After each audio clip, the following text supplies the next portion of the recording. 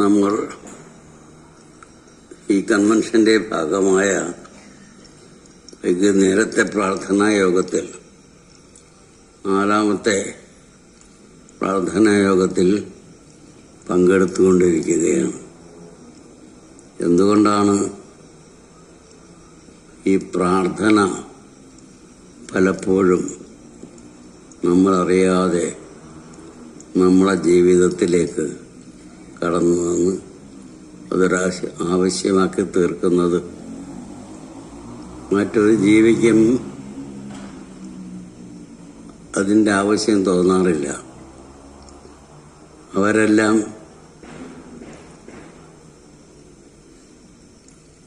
ജീവിക്കുന്നത് വാസ്തവത്തിൽ അവരുടെ ആഗ്രഹപ്രകാരം ജീവിതത്തിൽ സംഭവങ്ങളെല്ലാം നടക്കണം എന്ന വിചാരത്തോടു കൂടിയല്ല, മറിച്ച് പ്രകൃതിയിൽ എന്തെല്ലാം വികൃതികൾ നടക്കുന്നു അതിനനുസരിച്ച് മുന്നോട്ട് പോകുവാൻ അവർ സന്നദ്ധരാണ്. അതുകൊണ്ടാണ് അവർക്ക് പ്രത്യേക തരത്തിലുള്ള ഒരു പ്രാർത്ഥനയും ജീവിതത്തിൽ ആവശ്യമല്ലാതെ വരുന്നത്. പ്രാർത്ഥന എന്ന് പറഞ്ഞാൽ പ്രകർഷേണയുള്ള അർത്ഥനയാണ്. അർത്ഥന എന്നാൽ ആവശ്യപ്പെടൽ. അപ്പം അത് പ്രകർഷേണ വേണം എന്ന് പറഞ്ഞാൽ വേണ്ടവണ്ണം വേണം. വേണ്ടവണ്ണം ഉള്ള ഒരാവശ്യപ്പെടലാണ് പ്രാർത്ഥന എന്ന് പറയുന്നത്. എന്താണ് ഈ ആവശ്യപ്പെടൽ? ഈ ആവശ്യപ്പെടലിൻ്റെ വൈവിധ്യം നമുക്ക് അമ്പലങ്ങളിലും പള്ളികളിലും ഒക്കെ ചെന്നാൽ ആളുകൾ ഓരോ ഭാഗത്ത് ചെന്ന് തൊട്ടുതൊഴുത് അത് സാധിച്ചു തരണേ, ഇത് സാധിച്ചു തരണേ എന്ന് ഇങ്ങനെ ദൈവത്തോട് പ്രാർത്ഥിക്കുന്നു. അപ്പോൾ അവരവരുടെ ജീവിതത്തിലെ ആഗ്രഹങ്ങൾ സഫലമായി തീരണം എന്നതാണ് ഓരോരുത്തരുടെയും ആഗ്രഹം. ഇത് മനുഷ്യ ജീവിതത്തിൽ മാത്രം പ്രസക്തമായ ഒരു മാനസിക ഭാവമാണ്. ഏതാണ്? അവരവരുടെ ജീവിതം അവരവർ വിചാരിക്കുന്നത് പോലെ തന്നെ മുന്നോട്ട് പോകണം എന്നുള്ളത്. ഞാനിപ്പോൾ ഇവിടെ നിങ്ങളുടെ മുമ്പിൽ വന്ന് ഇരിക്കാത്തതിനൊരു പ്രധാന കാരണം എൻ്റെ മുഖത്ത് കുറച്ച് നീരുണ്ട്, എൻ്റെ കാലിലും നീരുണ്ട്. ഇന്ന് 2-3 ഡോക്ടർമാരിവിടെ പറഞ്ഞു ഉടനെ ആശുപത്രിയിൽ പോകണം.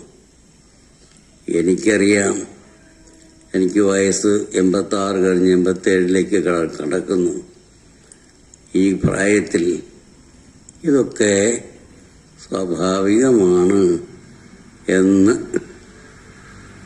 എനിക്കറിയാം. അതുകൊണ്ട് ശരീരം അതിൻ്റെ സ്വാഭാവികമായ ജോലി ചെയ്തുകൊള്ളട്ടെ എന്നുള്ള വിചാരത്തോടു കൂടി ഞാൻ സമാധാനമായി ഇവിടെ ഇരിക്കുമ്പോൾ എൻ്റെ ശിഷ്യന്മാർ ചുറ്റും നിന്ന് ഇപ്പോൾ ആശുപത്രിയിൽ പോകണം, ക്രിയാറ്റിൻ നോക്കണം, അത് നോക്കണം, ഇത് നോക്കണം, പിന്നെ എന്തൊക്കെ നോക്കണം ഡോക്ടറെ? തന്മയസ്വാമി, ക്രിയാറ്റിൻ അല്ലാതെ അങ്ങനെ യൂറിൻ ഔട്ട്പുട്ട് ഇങ്ങനെ പല പല ടെസ്റ്റുകളും ചെയ്ത് നോക്കാനുണ്ട്. അപ്പോൾ നമ്മുടെ ജീവിതത്തിൽ 2 തരം സംഭവങ്ങൾ നടക്കുന്നുണ്ട്. അതിലൊന്നിൻ്റെ സ്വഭാവം ആത്മോപദേശ ശതകം 43-ാം ശ്ലോകത്തിൽ നാരായണ ഗുരു എടുത്തു പറയുന്നു. എന്താണ്? പ്രകൃതി പിടിച്ചു ചുഴറ്റിടും പ്രകാരം സുകൃതികൾ പോലും അഹോ ചുഴന്നിടുന്നു. പല നല്ല ആളുകളും എൻ്റെ മുമ്പിൽ വന്നിട്ട് ഞാൻ എൻ്റെ ജീവിതത്തിൽ ഒരു ദുഷ്കർമ്മങ്ങളും ചെയ്തിട്ടില്ല, അങ്ങനെ ജീവിക്കുന്ന ഒരാളാണ് ഞാൻ. എന്നിട്ടും എന്തുകൊണ്ട് ഇങ്ങനെ ഒരാപത്ത് എൻ്റെ ജീവിതത്തിൽ സംഭവിച്ചു? മുൻമന്ത്രിയായിരുന്ന ഒരു മഹത് വ്യക്തിയുണ്ട്, അദ്ദേഹത്തിൻ്റെ അനിയൻ ഈയിടെ മരിച്ചുപോയി.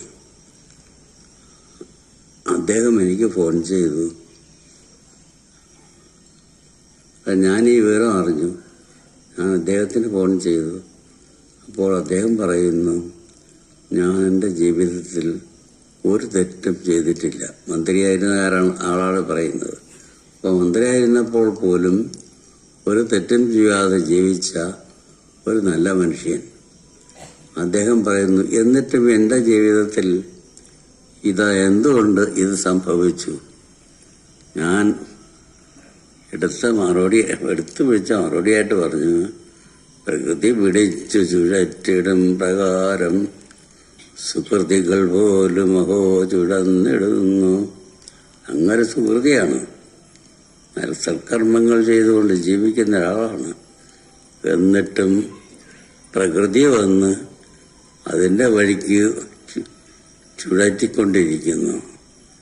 അതിൻ്റെ ഭാഗമായി ചുഴന്നുകൊണ്ടിരിക്കുന്ന, വട്ടം കറങ്ങിക്കൊണ്ടിരിക്കുന്ന, ഒരു തരത്തിലുള്ള സ്വാതന്ത്ര്യവുമില്ലാതെ അതിൻ്റെ പിടിക്കത്ത് കാറ്റിനൊത്ത് കറങ്ങാനല്ലാതെ സ്വന്തമായി കറങ്ങാൻ അവിടെ ഒരു സാധ്യതയും കാണുന്നില്ല. ഇത് ഓരോരുത്തരും അവരവരുടെ ജീവിതത്തിൽ അനുഭവിച്ചു കൊണ്ടിരിക്കുന്നു. എന്താണ്? പ്രകൃതി പിടിച്ചു ചുഴറ്റിടും പ്രകാരം സുകൃതികൾ പോലും അഹോ ചുഴന്നിടുന്നു. അപ്പോ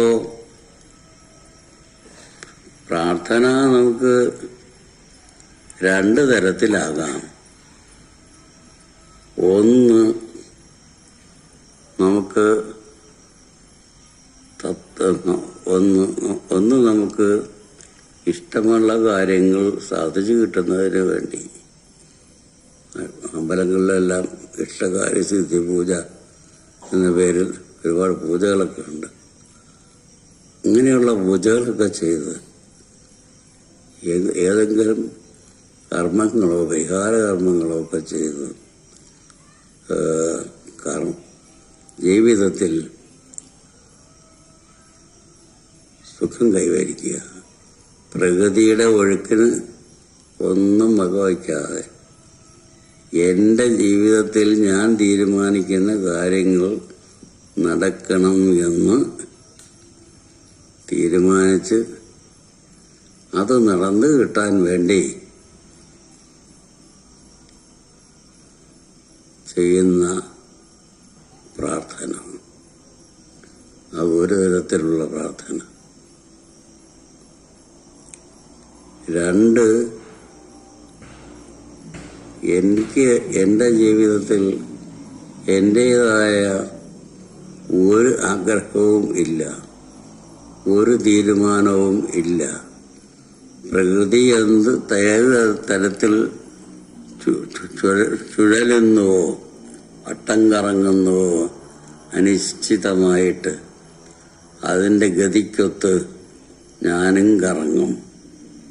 അല്ലാതെ എൻ്റെ വഴിക്ക് ഞാൻ ആ പ്രകൃതിയെ കൊണ്ടുവരണം എന്ന് കരുതാൻ ഒരു ന്യായവും ഇല്ല.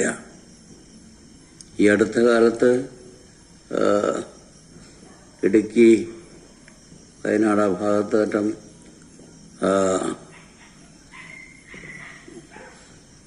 വലിയ ഒരു ഏരിയയിൽ മുഴുവൻ കൂടെ ഉരുൾപൊട്ടത് എന്നിട്ട് ഉണ്ടായല്ലോ, വയനാട്. അപ്പോൾ ഇതറിയുന്നതിന് മുമ്പ് തന്നെ, ഇത് സംഭവിക്കുന്നതിന് മുമ്പ് തന്നെ ആ പ്രദേശത്തുള്ള വന്യജീവികളെല്ലാം ആ സ്ഥലം വിട്ടങ്ങ് പോയി. ആ ഉരുൾപൊട്ടൽ സംഭവിച്ച വലിയ ഏരിയ, ആ ഏരിയയിൽ എങ്ങും നിൽക്കാതെ അതിനപ്പുറത്ത് പോയി അവർ രക്ഷപ്പെട്ടു. അല്ലാതെ മനുഷ്യരെ പോലെ മനുഷ്യരവിടെ തന്നെ താമസിച്ചു. അവരുടെ സ്വന്തം സ്ഥലം അവരവിടെ നാട് വിട്ടുപോകില്ല, ഇങ്ങനെയൊക്കെയുള്ള വിചാരത്തോടുകൂടി അവർ അവിടെ താമസിക്കുകയും അവസാനം പ്രകൃതി വന്ന് എല്ലാവരെയും കൂടെ ഒറ്റ ഒഴുക്കിന് പ്രകൃതി ഒരു ഉരുൾപൊട്ടലില്ല എന്ന ആപത്തായി വന്ന് സകലരെയും കൂടെ ഒന്നിച്ച് വിഴുങ്ങിക്കൊണ്ട് അങ്ങ് പോയി. അവിടെ എന്ത് സംഭവിച്ചു? ഒരു വശത്ത് സ്വാഭാവികമായി തന്നെ വനജീവിതത്തിനോട് ചേർന്ന് നിന്നുകൊണ്ട് ജീവിക്കുന്ന, പ്രകൃതിയുടെ ഭാഗമായി ജീവിക്കുന്ന വന്യജീവികൾ, അവർക്ക് എങ്ങനെയോ മണത്തറിയാൻ സാധിച്ചു. അവർ അവിടെ നിന്ന് ഓടി രക്ഷപ്പെട്ടു. അല്ല എന്നല്ലാതെ ഇത് ഞങ്ങളുടെ സ്ഥലം, ഞങ്ങളിവിടെ നിന്നും അപ്പുറം ഇവിടുത്തെ സബ് രജിസ്ട്രാർ ഓഫീസിൽ പോയി രജിസ്റ്റർ ചെയ്ത പ്രമാണപ്രകാരം ഇതെൻ്റെ സ്ഥലമാണ് എന്നുള്ള വിചാരമൊന്നും ഈ ജന്തുക്കൾക്കില്ല. അവരെ സംബന്ധിച്ചിടത്തോളം രാജ്യമില്ല, രാജ്യ അതിർത്തികളില്ല, ഒന്നുമില്ല. ഭൂമിയുടെ എങ്ങും അതിർവരമ്പുകളില്ല. അവർ എല്ലാ വരമ്പുകളെയും ലംഘിച്ച് ഇമാതിരി ആപൽഘട്ടങ്ങളിൽ ഓടി അവിടെ മുൻകൂട്ടി തന്നെ രക്ഷപ്പെട്ടുകൊള്ളും. അങ്ങനെ ജീവിക്കുവാനുള്ള എന്ന് പറഞ്ഞാൽ പ്രകൃതിയുടെ അനിശ്ചിതത്വത്തിൽ നിന്നും സ്വയം രക്ഷപ്പെട്ടുകൊണ്ട് ജീവിക്കുവാനുള്ള ഒരു ആന്തരിക ശക്തി വന്യജീവികൾക്കുണ്ട്. ഇത് വാസ്തവത്തിൽ മനുഷ്യനുമുള്ളതാണ്. പക്ഷെ അവൻ അത് കളഞ്ഞു കുളിച്ചിട്ട് അവൻ സ്വന്തമാക്കിയ സ്ഥലത്തിനോട് ചേർത്ത് മനസ്സുകൊണ്ട് ഒട്ടിപ്പിടിച്ച് ഇതെൻ്റെ സ്ഥലം എന്നുള്ള വിചാരത്തോടുകൂടി അവിടെ തന്നെ ഒതുങ്ങി കിടക്കുകയും അവസാനം ഉരുൾപൊട്ടൽ വന്ന് ഇങ്ങനെയുള്ള സകലരെയും പ്രമാണങ്ങളെയും സകലരെയും ഒറ്റ ഒഴുക്കിന് കൊണ്ടങ്ങ് പോവുകയും ചെയ്തു. അപ്പോൾ അങ്ങനെയുള്ള മനുഷ്യർക്ക് സ്വാഭാവികമായി തന്നെ ജീവിതത്തിൽ സന്തോഷം കൈവരണമെന്നുണ്ടെങ്കിൽ എന്ത് വേണം?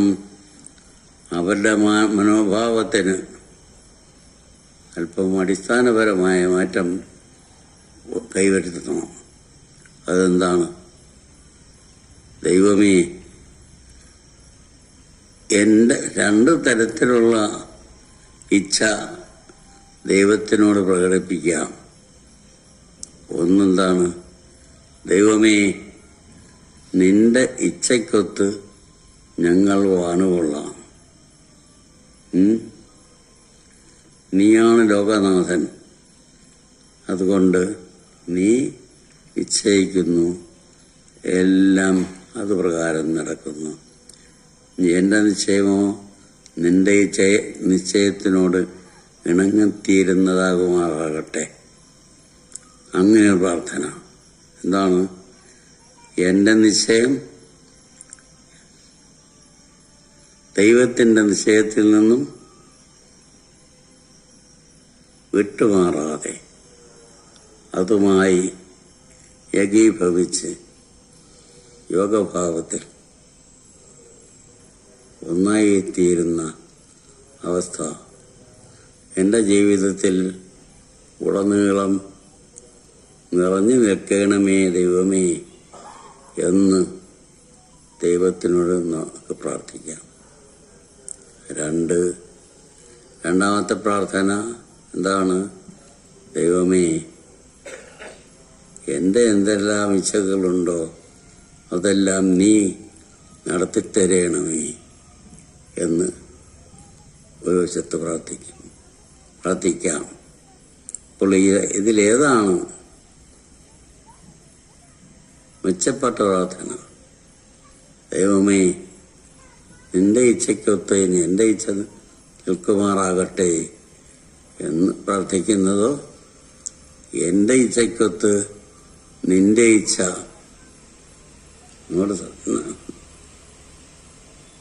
നടക്കുമാറാകട്ടെ എന്ന് പറഞ്ഞാൽ വേണ്ട ദൈവം ചെയ്യേണ്ടതേത് ചെയ്യേണ്ടാത്തത് ഏത് എന്ന് ഞാൻ തീരുമാനിക്കുകയും അതനുസരിച്ച് ദൈവം തൻ്റെ നിശ്ചയത്തെ മാറ്റിക്കൊള്ളുകയും വേണം എന്ന് ഒരു തരത്തിലുള്ള പ്രാർത്ഥന.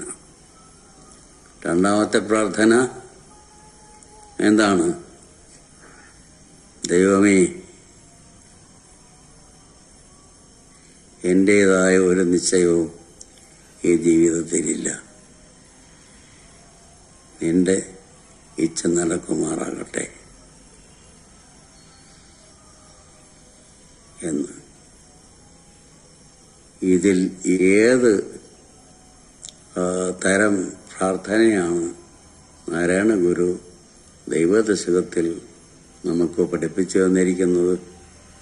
നിങ്ങൾ ഒന്നുകൂടി ദൈവദശകം പ്രാർത്ഥന ചൊല്ലുകയും അതിലുള്ള പ്രാർത്ഥനാംശം എന്താണെന്ന് ശ്രദ്ധിച്ച് മനസ്സിലാക്കുകയും ചെയ്യുക. ഒന്നുകൂടി ചൊല്ലുക.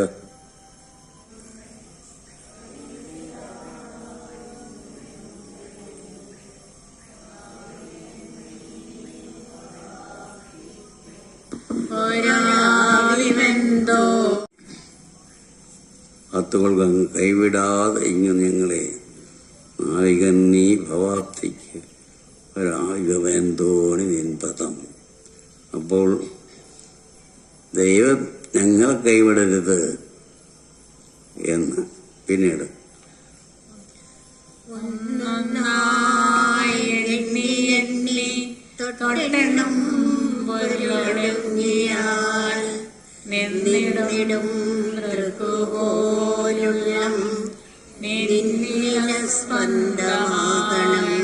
അവിടെ എന്ത് പ്രാർത്ഥനയാണ് നടക്കുന്നത്? ഉള്ളം നിന്നിൽ അസ്പന്ദമാകണം. എൻ്റെ ഉള്ളം നിന്നിൽ സ്പന്ദിക്കാതായി തീരണമേ എന്നാണ്. എന്ന് പറഞ്ഞാൽ നിന്റെ സ്പന്ദമാണ് എവിടെയും നടക്കുന്നതെങ്കിൽ അവിടെ പിന്നെ എൻ്റെ ഇച്ഛയ്ക്ക് എന്ത് സ്ഥാനമാണുള്ളത്? ഒരു സ്ഥാനവുമില്ല. ദൈവത്തിൻ്റെ ഇച്ഛയും ദൈവത്തിൻ്റെ ശക്തിയുടെ സ്പന്ദവുമല്ലാതെ മറ്റൊന്നും നമ്മൾ കാണുന്നില്ല. അത് മനസ്സിലാക്കി എൻ്റെ ഉള്ളം നിന്നിൽ അസ്പന്ദമായി തീരണമേ. അതാണ് ഒരു വലിയ പ്രാർത്ഥന അതിനകത്ത്. എന്ത് പ്രാർത്ഥനയാണ്? എൻ്റെ ഉള്ളം നിന്നിൽ അസ്പന്ദമായി തീരണം എന്ന്. അല്ലാതെ എൻ്റെ ഇച്ഛയ്ക്കൊത്ത് ദൈവമേ നീ ചെയ്യണമേ എന്നല്ല. നിന്റെ ഉള്ളത്തിൽ എന്തെല്ലാം ഇച്ഛകളുണ്ടോ അതിൽ എൻ്റെ ഉള്ളം സ്പന്ദിക്കാതായി അതുമായി ഒന്നായി തീരണമേ എന്ന്.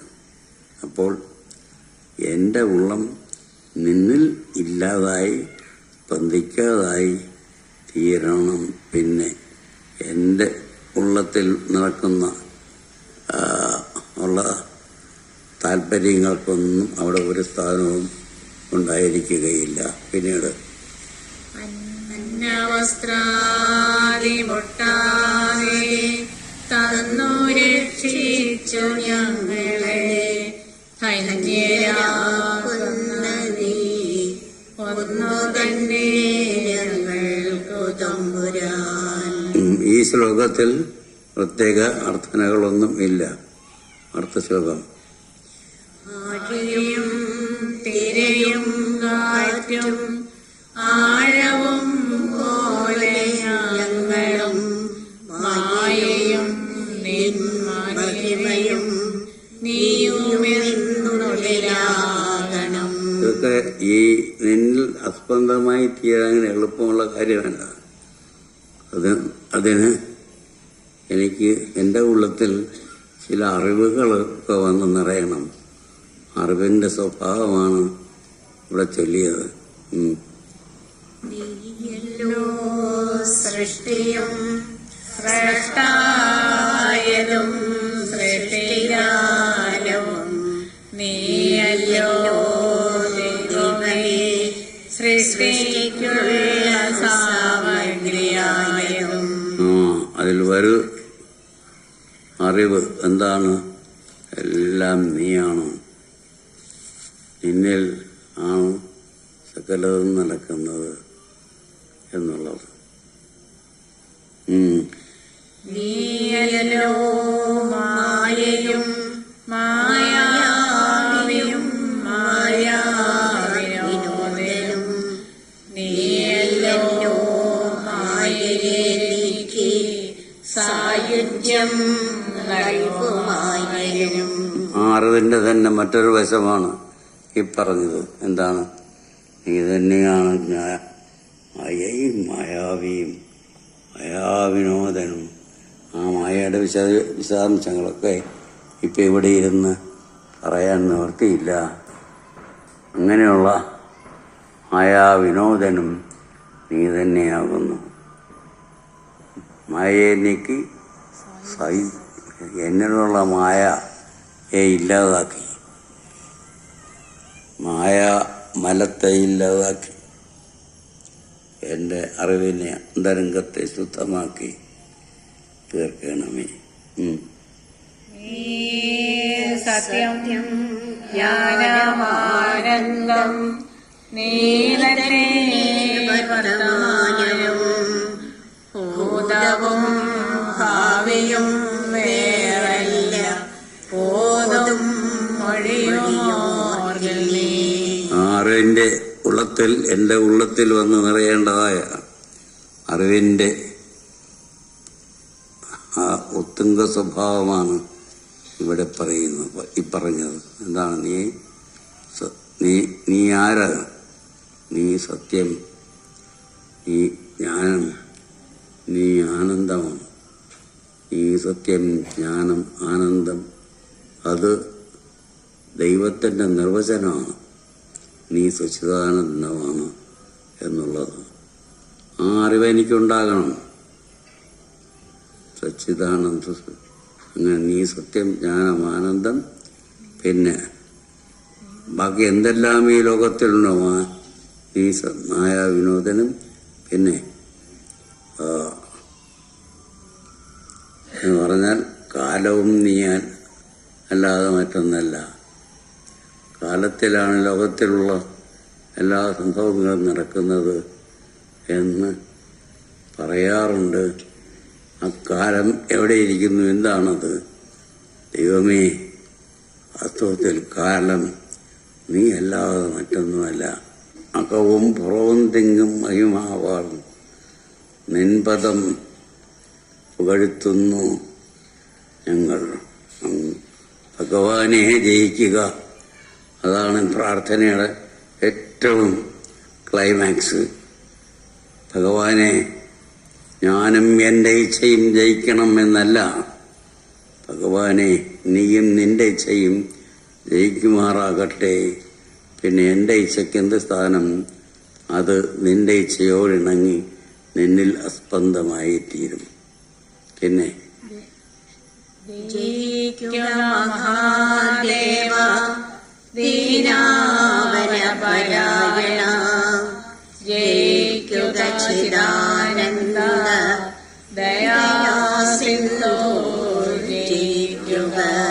വീണ്ടും അതേ തത്വം തന്നെ മറ്റൊരു വശത്ത് നിന്നുകൊണ്ട് പറയുന്നു.